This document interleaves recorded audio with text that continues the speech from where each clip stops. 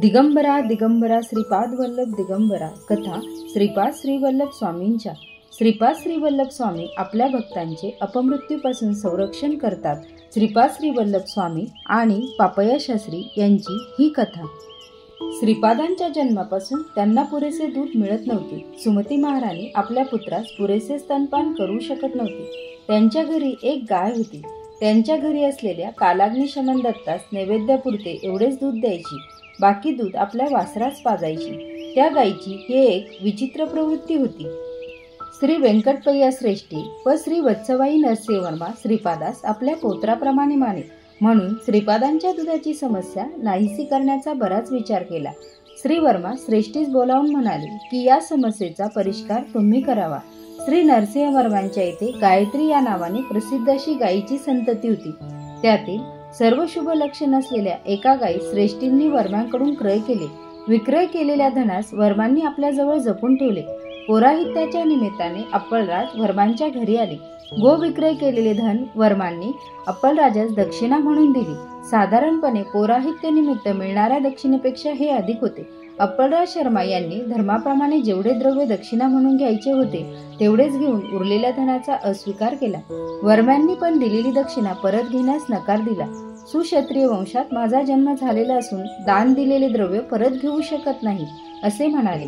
हा विवाद श्री बापनाचार्यांपर्यंत पोहोचला. ब्राह्मण परिषद बोलवण्यात आली. परिषदेत श्री बापनाचार्यांनी घोषणा केली की अप्पलराज शर्मांनी अस्वीकार केलेले हे धन ज्यांना घ्यावायचे असेल त्यांनी यावे. अनेक ब्राह्मण ते धन आपणास मिळावे या हेतूने त्यांच्यात चढाओढ सुरू झाली. हे सगळे बघण्यास विचित्र वाटत होते. त्यावेळी पापय्या शास्त्री नावाचा एक तरुण ब्राह्मण तेथे आला. तो म्हणाला, श्रीपाद देवांशभूत अवतारी पुरुष नाहीत. देव असल्यास अशी विचित्र परिस्थिती कशी काय आली? श्री दत्तच असल्यास त्यांच्या दोघा भावांचे अंगवैकल्यापासून रक्षण का बरे केले नाही? ज्या काही घटना घडल्या त्या केवळ कल्पना आहेत.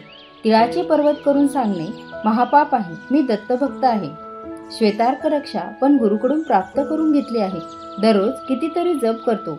मी कुठलेही दान घेतल्याने मालिन्य येत नाही. योग्य असलेला अशा मला हे धन द्यावे.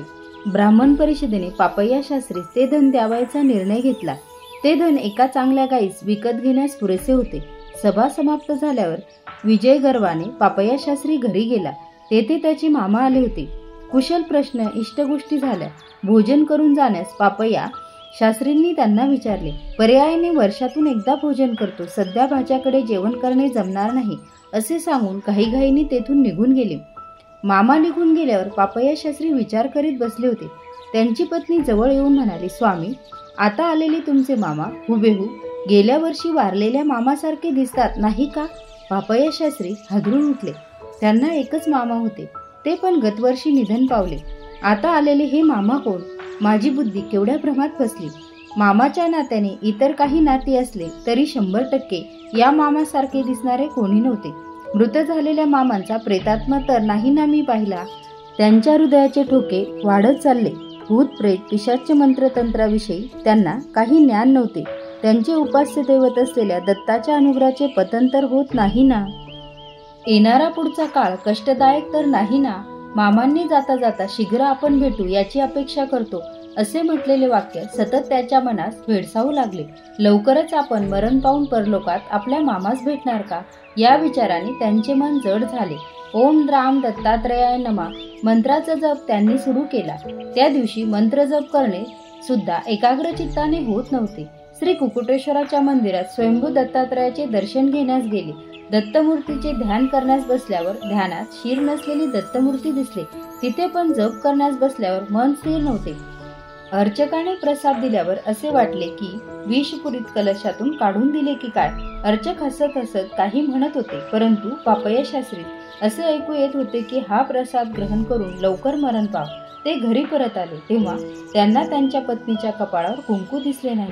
मी जिवंत असताना कपाळावरचे कुंकू का बरे काढलेस असे म्हणून पत्नीवर चिडले. रुपया एवढे कुंकू कपाळावर मिरवत असताना पापय्या शास्त्रीचे चिडले तिला थोडे विचित्रच वाटले. पापय्यास वेड लागले असे म्हणून पिटिकापुरात अफवा उठली की वंदती अफवा यांचे प्रमाण पिटिकापुरात जास्त होते. पापय्यास मानसिक व भूत चिकित्सा सुरू झाली. त्यांना वेड नाही असे पापय्या पदोपदी सांगत होते. तरी लोक मानण्यास तयार नव्हते. वेडा पण कधी कधी तर्कयुक्त भाषण करतो असे म्हणायचे. पापय्याच्या पत्नीस एक उपाय सुचला. तिच्या पतीने अज्ञान व श्रीपादांची निंदा केली याचे कर्मभोग आहेत असा तिचा निर्धार झाला.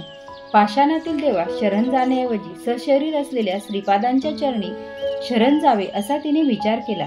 ती श्रीपादांच्या घरी गेली. श्रीपादांना तिने कडेवर घेऊन लाड केले.